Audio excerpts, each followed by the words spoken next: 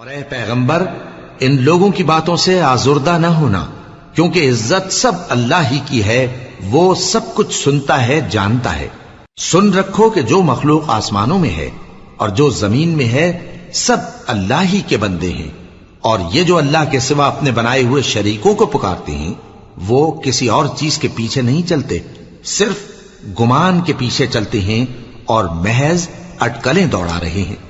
وہی تو ہے جس نے تمہارے لیے رات بنائی تاکہ اس میں آرام کرو، اور روز روشن بنایا تاکہ اس میں کام کرو۔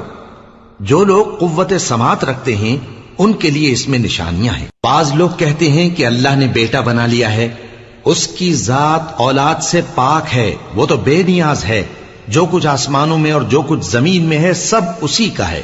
اے افطرا پردازو، تمہارے پاس اس قول باطل کی کوئی دلیل نہیں ہے۔ کیا تم اللہ کی نسبت ایسی بات کہتے ہو جو جانتے نہیں؟ کہہ دو کہ جو لوگ اللہ پر جھوٹ باندھتے ہیں فلاح نہیں پائیں گے، ان کے لیے جو فائدے ہیں دنیا میں ہی ہیں، پھر ان کو ہماری ہی طرف لوٹ کر آنا ہے، اس وقت ہم ان کو عذاب شدید کے مزے چکھائیں گے، کیونکہ وہ کفر کی باتیں کیا کرتے تھے۔